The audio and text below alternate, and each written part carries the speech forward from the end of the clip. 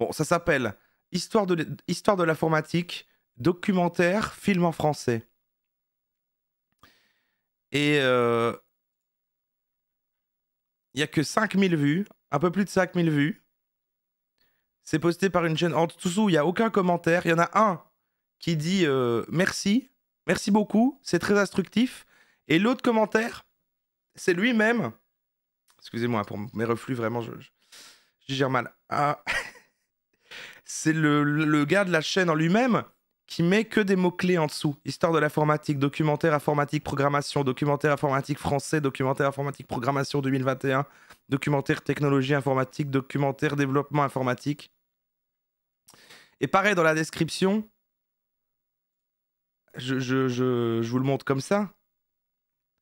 Ah, il y a ma tête dessus, mais c'est que documentaire, c'est que du mot-clé comme ça dans les trucs. Il voulait être référencé. Et en fait, on va plonger là-dedans parce que l'ambiance avait l'air vraiment étrange et j'ai aucune idée de ce que c'est, mais j'ai envie de le regarder. Bienvenue.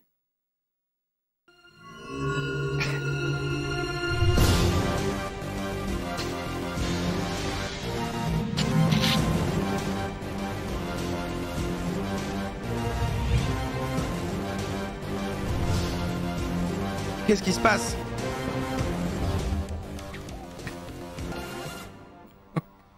Immersion. Totale immersion, totale immersion. Notre monde a été bouleversé par l'arrivée de l'informatique et on est devenu numérique. Pour ne pas subir ce nouveau monde, il faut le comprendre et ne pas se restreindre seulement aux usages. En bref, il faut piger pourquoi on clique. Alors, sur votre droite, vous pouvez admirer les premières machines informatiques dont je vous parlais tout à l'heure. Voilà, en fait, je savais pas comment plus vous justifier que j'allais mettre ça, mais juste, enfin voilà, c'est parce que j'ai cliqué à quelques endroits et que c'était comme ça. Et je me suis dit, Surtout, s'il vous plaît, ne pas toucher, c'est du matériel fragile. Venez. Ça allait bien pour compléter le truc de la pub d'avant. On est dans la soirée de l'étrange. On est sur des contenus étranges. Alors, venez me hypnotisants. suivre pour un aperçu de la place de l'image dans notre société. Suivez-moi, s'il vous plaît. Comment ils ont pu conserver des trucs aussi moches? On dirait des boîtes de conserve. Il y a de la fiction, quoi. Parce que c'est surtout la beauté des idées et des penseurs qui comptait. Le design, c'est du détail. Hein? C'est un court-métrage. Vous voulez me suivre? Nous allons dans la prochaine salle. C'est un documentaire, c'est un court-métrage, on ne sait Faites pas pas. trop de bruit, les gens travaillent au-dessus.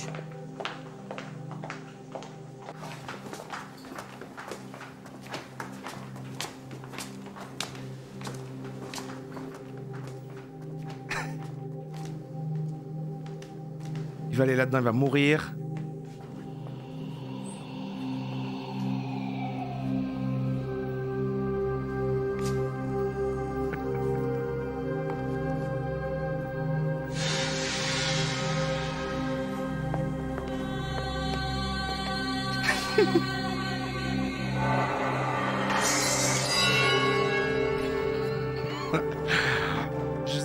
J'ai du mal à mettre les mots. Faut que je trouve le ton, faut que je me cale dessus. Mais... Mon React est sans voix.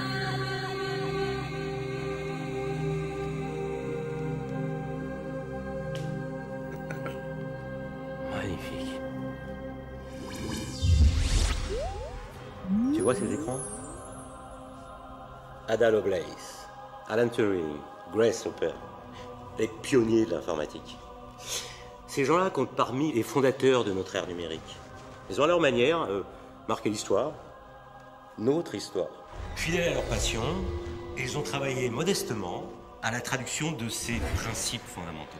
Mais c'est bidon, c'est quoi ces vieux là? Et ces machines et ces écrans? Mais je suis un jeune, c'est quoi ces vieux?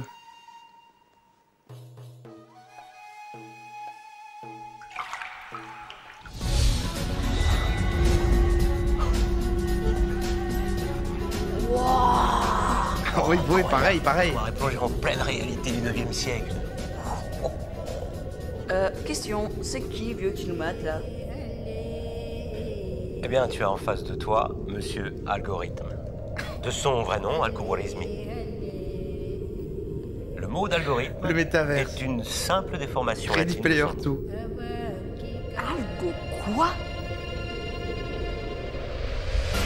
T'es con, quoi. L'algorithme x4, on vient d'en parler juste avant. La différence entre penser et calculer. C'est l'algorithme x4. Penser, c'est la noblesse de l'esprit, et ça reste difficilement explicable. Calculer est bien plus simple et systématique, et pour tout dire mécanisable. Il s'agit de résoudre un problème précis en suivant un mode d'emploi précis en vue d'une application donnée, par exemple trier une liste d'objets, multiplier de nombres. J'ai pas l'année, ça a été uploadé en 2021, mais par une chaîne quelconque qui a récupéré ce fichier, quoi. Mais y a pas cette info, y a que des mots-clés de référencement mis partout. Ou améliorer une photo. L'algorithmique est la science de l'organisation des opérations à effectuer. Elle travaille sur des opérations abstraites, comme l'addition de deux nombres. Pour passer aux opérations concrètes, il faut écrire tout cela de façon bien plus précise, sous la forme d'un programme écrit dans un langage de programmation. Retiens bien que le but final de l'informatique est d'évacuer la pensée du calcul afin de le rendre exécutable par un ordinateur. Il la fiche Wikipédia qui, lui, est d'algorithme. une machine fabuleusement rapide et exacte, mais fabuleusement stupide et complètement dénuée de pensée.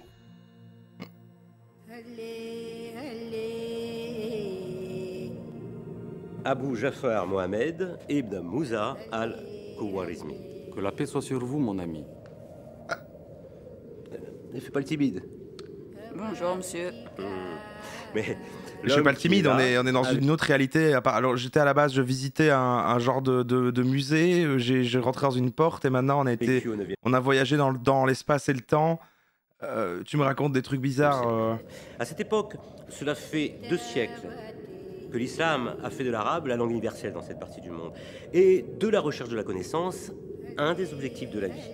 C'était à l'époque des croisades? Non, ne mélange pas tout. La première croisade a eu lieu un peu plus tard.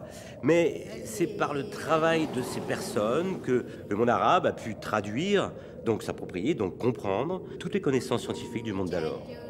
Lui, il attend juste pendant que l'autre explique. explique. Traducteur, vois-tu, c'est un transmetteur d'idées. C'est donc à lui qu'on doit les chiffres arabes et le zéro. Exactement. Il va chercher à ce que ses contemporains puissent reproduire des mécanismes complexes en appliquant pas à pas une recette de calcul et des solutions aux équations dont ils ont besoin. La classe! Il est passé où, Abou? Abou, Abou, Madame Lovelace. Est-ce que tu peux dire bonjour à Madame Augusta Ada King, comtesse de Lovelace? Bonjour, madame Ada. Bonjour messieurs, par quel miracle puis-je vous voir? Nous nous connaissons? Pas moi, mais lui, certainement. Oui, vous êtes la fille de Lord Byron, ce gigantesque poète anglais, mathématicienne. Elle a publié ses résultats mathématiques sous un nom masculin, vois-tu, car dans cette époque qui se voit aussi civilisée qu'elle est machiste, elle vivra sa vie de femme au mépris de sa réputation et au mépris des imbéciles. Effectivement, vous êtes bien renseigné. C'est quoi, machiste? C'est une vraie question. Une vraie question. Mais regarde, elle a traduit du français et enrichi fortement les éléments mathématiques qui vont permettre à son Babbage de travailler à la construction du premier ordinateur qu'il appellera la machine analytique. Ouais, c'est une vraie question, mais là on parle d'informatique. Je suis paumé. Ok. Charles Babbage. Alors, malheureusement, lui ne l'achèvera jamais. Mais à partir de ces plans, on a pu le construire au musée de la science de Londres. Et figure-toi qu'il fonctionne parfaitement. Elle fonctionne, mais c'est incroyable. La machine analytique n'a aucunement la prétention de créer quelque chose par elle-même. Elle peut exécuter tout ce que nous saurons lui ordonner d'exécuter. Son rôle est de nous aider à effectuer ce que nous savons déjà de nous, des opérations numériques et aussi symboliques. Ada est celle qui a permis d'incarner les algorithmes dans des programmes. Les algorithmes d'Abou Jafar. Tu as tout compris. On apprend plein de trucs. Monsieur Al-Khwarizmi, enchanté, Ada Lovelace. Mais alors, tout ça c'est de l'informatique? Mais les machines dans tout ça, et la technologie, ça sert à quoi du coup? Attends, tu vas comprendre. Écoute la suite. Regarde. Écoutez, Il faut faire vous allez avancer comprendre, écoutez la suite. d'un siècle la roue du temps. L'informatique s'incarne dans des machines.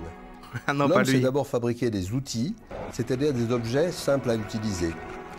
Puis, il a fabriqué des machines, c'est-à-dire des outils qui utilisent une force autre que la sienne et qui peuvent exécuter de manière autonome certaines opérations, même complexes et programmées, comme pour le métier à Il tisser parle de même pas, jacquard. c'est une image fixe Mais avec la des machine parasites dessus. mécanique ne sait pas se modifier elle-même.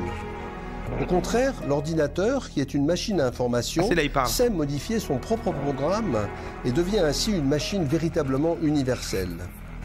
Et Turing a montré que toutes les machines universelles connues sont équivalentes. Elles permettent toutes de maîtriser l'intelligence mécanique.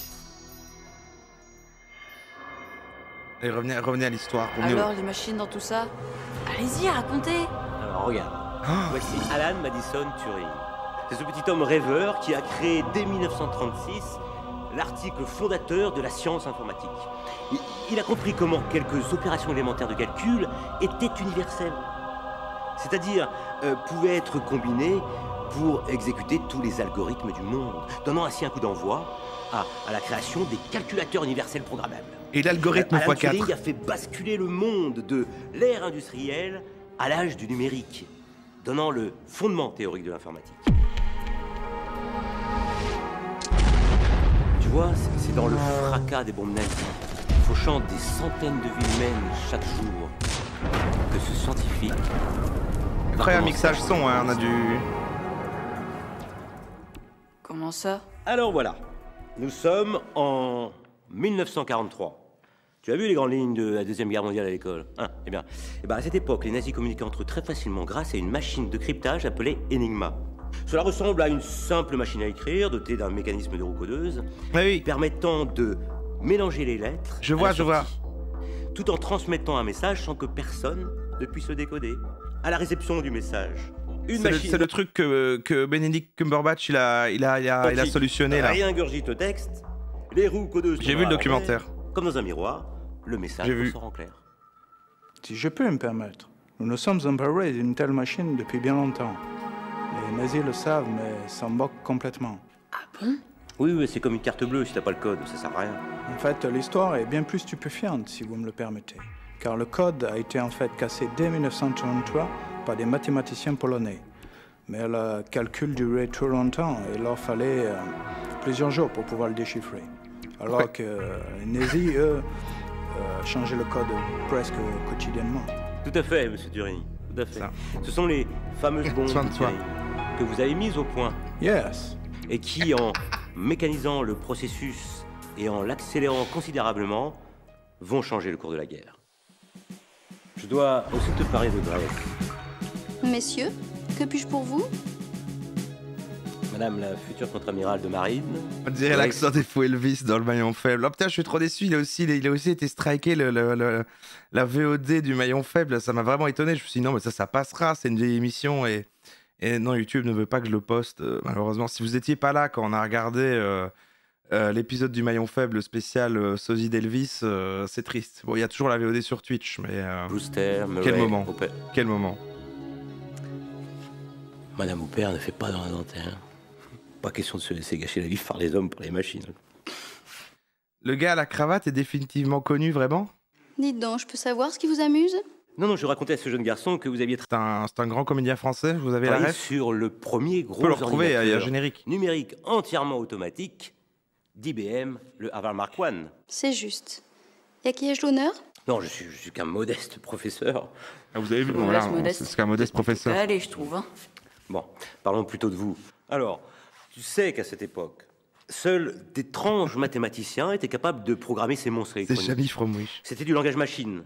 Hein, c'est-à-dire en spécifiant un à un chaque ouverture et fermeture des circuits électroniques de la machine. La chaîne Je vais réussir répertorie tout plein de vidéos comme la première de ce soir. Ah, intéressant, intéressant. Ça va, tu me suis? Parce que Oui, non, pardon, oui, si, on arrive. Pardon, monsieur. C'est vrai qu'il y a un air de Chris Slater, c'est vrai. C'est vrai, Kurt Russell Crowe. Tu as raison. C'est ce que je cherchais depuis tout à l'heure aussi. Mais c'est vrai que j'en ai plus en réserve. Hein. Si vous tombez sur des pages comme ça d'arnaque avec des trucs, n'hésitez pas à me l'envoyer, qu'on essaie à regarder en live, puisqu'on n'a plus qu'une de réserve. Honnêtement? Non. J'ai une petite anecdote à vous raconter sur le Mark II. Un jour, le gros calculateur tomba en panne. On y trouva un papillon de nuit coincé dans le circuit relais. L'insecte fut ôté avec soin et placé dans le journal de bord. Et on nota la mention « First actual case of bug being found ». C'est donc de là que vient l'expression bug informatique? Quoi? Putain, on aura vraiment... Moi, j'aurais vraiment appris quelque chose, par contre. Trop fort! Exact. Et ces promesses d'ordinateur n'étaient quasiment pas utilisables à grande échelle. Alors c'est Grace qui a fait sauter ce verrou. En défendant La l'idée culture G, là. qu'un programme doit pouvoir être écrit dans un langage formel proche de l'anglais. Elle conçoit alors un... compilateur, c'est-à-dire un logiciel qui J'ai permet oublié de mon texte, j'ai oublié traduire mon texte. en langage machine les éléments de l'algorithme. Fausse anecdote, c'était une blague à l'époque parce qu'on appelait déjà ça un bug. Putain, pourquoi, Darksim, pourquoi tu viens tout gâcher là avec en rétablissant la vérité alors qu'il y avait une magnifique anecdote dans ce documentaire. Est compréhensible par tous les ingénieurs. Ça peut être pratique. Faut quoi les autres élèves? C'est vrai que pour l'instant, les autres élèves, eux, ils ont vraiment juste une visite normale de l'endroit. Il n'y a que lui qui voyage dans le temps et l'espace.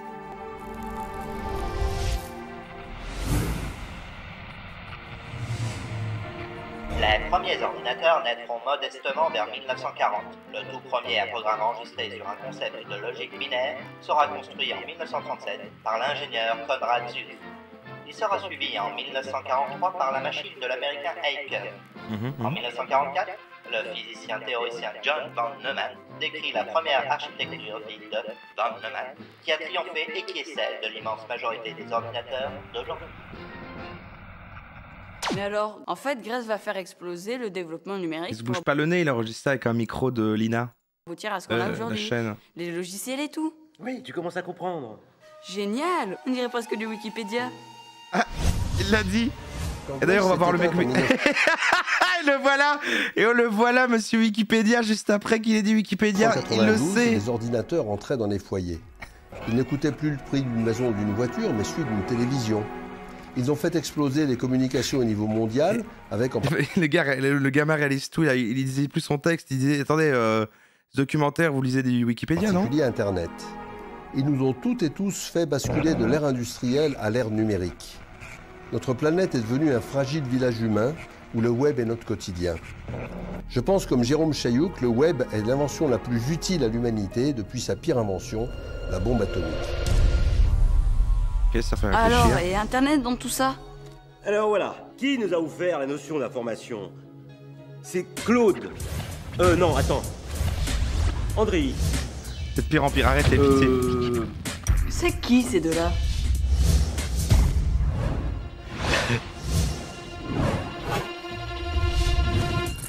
Stop! Regarde. Là. Le JPEG. Merci Little Kid Horror pour les 3 mois.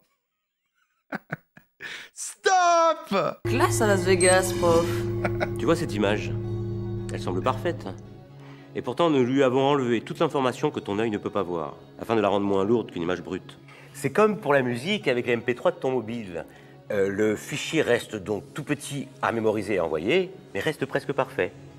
Et c'est grâce à vous, regarde, grâce à vous, Claude et Wood Shannon, vous qui avez défini la quantité d'informations de manière mathématique, avec la théorie des probabilités que vous avez mise en équation, vous, Andrei Nikolavitch Kolmogorov. Ils ont l'air perdus. Ce qui a changé un peu la vision du monde dans les échanges numériques. Attends, mais au début, ils arrivaient dans l'espace réellement des gens.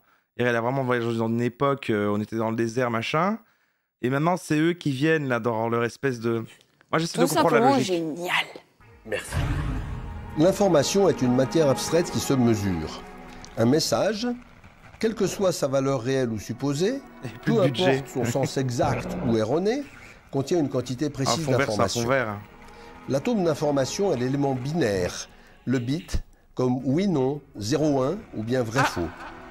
Savoir de quelqu'un si c'est un homme ou une femme, s'il est jeune ou vieux, s'il est petit ou grand, c'est très schématique, mais ça nous donne déjà 3 atomes d'information sur lui, donc 3 bits. On peut penser que le web du futur sera personnalisé, c'est-à-dire qu'il prendra en compte le contexte de l'utilisateur, son profil, etc., qui sera dynamique, qui sera ubiquitaire et qui sera sémantique. C'est qui elle? Rosiane Kunz. qui a aidé à construire le web sémantique, qui désigne un ensemble de technologies visant à rendre l'information du web accessible et utilisable par tous les programmes logiciels, grâce à un système de métadonnées. Et alors, c'est quoi? Il a un prompteur en face de lui. Rose, elle explique très bien. Très très bien. Donc le web sémantique, c'est une vision de Tim Berners-Lee où l'idée c'est dans une de conférence. rendre la sémantique des ressources du web explicite de manière que des programmes puissent l'exploiter au même titre que les hommes actuels. Actuellement, si vous prenez... Il a fait une tête... en fait, puissent l'exploiter au même si bien, titre que les hommes elle explique actuels. pas si bien. Actuellement, si vous prenez un moteur de recherche classique et que vous cherchiez tous les documents concernant un accident de véhicule. Alors, ces moteurs classiques, ils vont chercher en fait tous les documents dans lesquels les mots accident et véhicule vont apparaître. Et si par contre un document décrit une collision entre un camion et un vélo, si les mots accident et véhicule n'apparaissent pas, un tel document ne sera pas retrouvé par le moteur de recherche. Et pourquoi? Tout simplement parce que contrairement à nous humains, le moteur de recherche ne sait pas qu'une collision c'est une sorte d'accident. Et qu'est-ce que je fais de ma carrière? Qu'un camion et un vélo, ce sont des sortes de véhicules. Et donc l'idée du web sémantique, c'est d'essayer de je suis bon comédien, pourquoi est-ce que je suis en train de tourner là-dedans? rendre cette information disponible à un programme sous forme de ce qu'on appelle des ontologies. Je comprends mieux maintenant. Dites, prof, pourquoi tout le monde ne parle pas comme elle?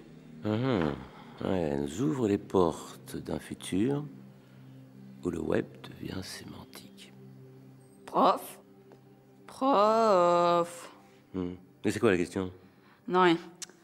Dites, comment on fait pour mesurer l'information?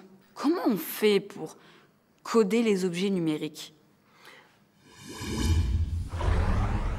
Coder des objets numériques, ça veut dire les représenter des objets réels, les convertir en objets virtuels, c'est-à-dire des 0 et des 1 qui sont décodables par un ordinateur.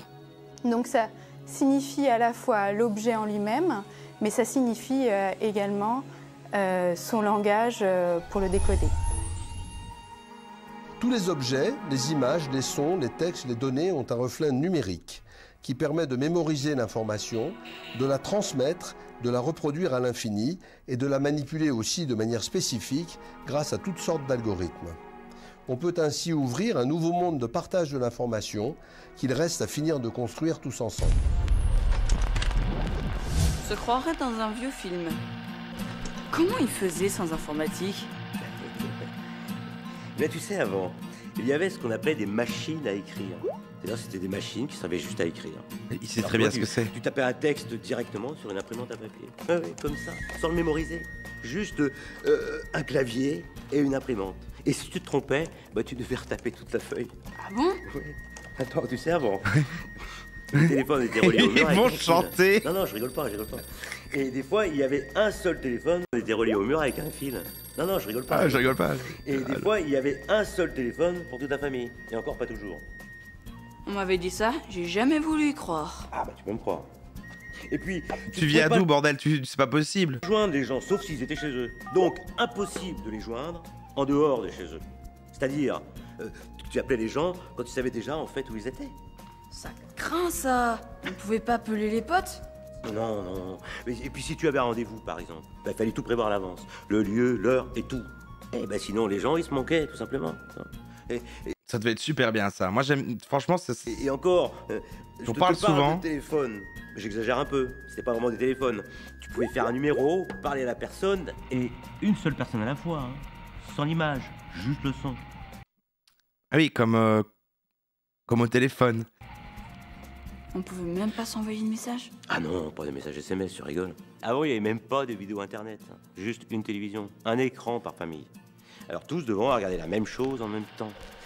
C'est simple, quelques dizaines de personnes décidaient ce que des millions d'autres allaient regarder. Waouh. Il devait s'abrutir, non? Depuis, il y a Twitch et là, vous vous retrouvez devant moi. C'est dingue. Prends ce truc.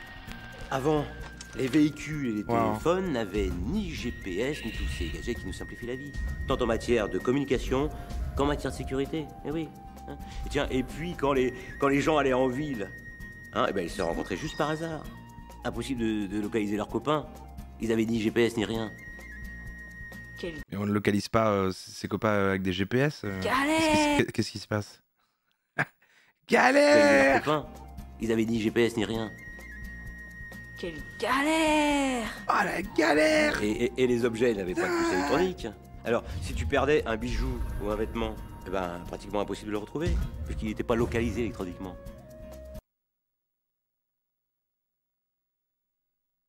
Attends, mais en fait, ce documentaire-là, il vient du futur où les objets, du coup, on les localise électroniquement, quoi. Qu'est-ce qui se passe maintenant, quoi? On peut localiser ses vêtements? On peut localiser ses vêtements? Qu'est-ce qui se passe? Ah bon?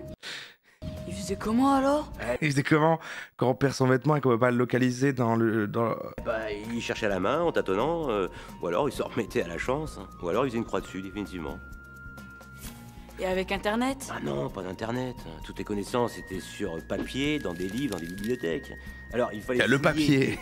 C'est qui ce gamin? Un mur entier de bouquins en papier et tout recopié à la main. Pas possible. Bon, plus tard, on a pu imprimer les informations du jour. On appelait ça des journaux quotidiens. De nombreuses fois pour que les gens puissent en prendre connaissance. Bonjour le gâchis de papier. Et les gens s'écrivaient uniquement sur du papier. Envoyé par la poste, pas de mail, ni de SMS, ni de tout ça, tu comprends. Et avant le téléphone, il fallait des fois 2 jours ou plus pour savoir ce que les gens voulaient te dire. Et 1 semaine, si c'était dans notre pays. À l'époque, les gens sourds et malentendants étaient coupés du monde. Au début du 21e siècle, les interfaces entre les ordinateurs et les cerveaux n'en étaient qu'à leur balbutiement. Mais je comprends pas. On avait dit qu'il y avait des... ordinateurs? Oui, des ordinateurs. Tu veux savoir... Voilà. Et du coup, tu sais pas ce qu'est un ordinateur, qu'est-ce qui se passe? Moi, on a mal construit ce personnage. Le personnage du gamin, là, il manque vraiment de cohérence et de consistance, ce personnage.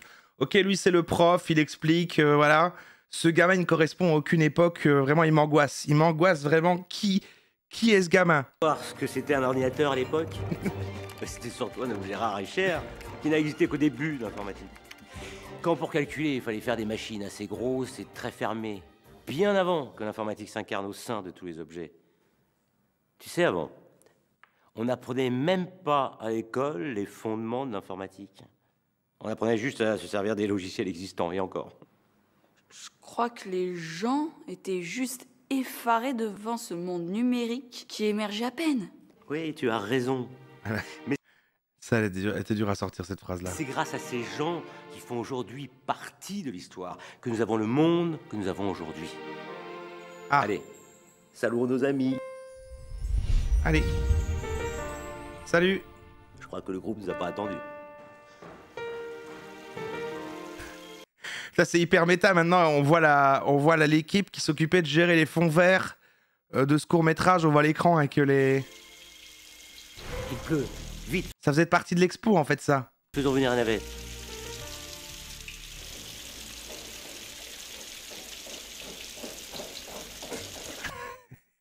Pourquoi il y a une réverbération de pas comme s'ils étaient à l'intérieur alors qu'ils sont dehors quand il pleut?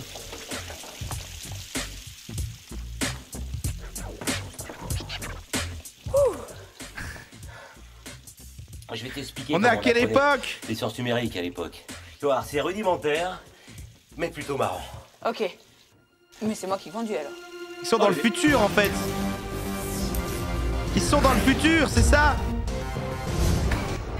Waouh!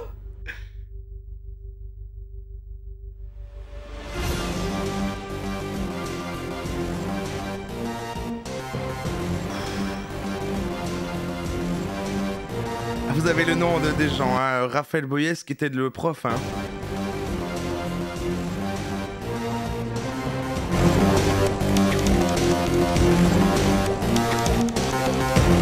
Let's go!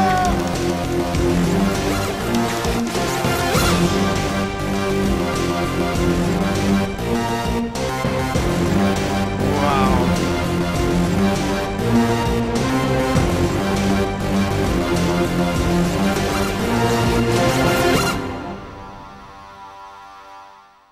« 2010. Voilà, 2010. On a la date à la fin. Ça a été produit en 2010. Waouh. On dirait la musique d'un mauvais FPS. Waouh. Bon, est-ce que... Et voilà, je savais pas justifier pourquoi on allait regarder ça, mais est-ce qu'une fois que c'est fait, vous trouvez pas... En vrai, est-ce que vous n'êtes pas heureux d'avoir vu ça? Franchement.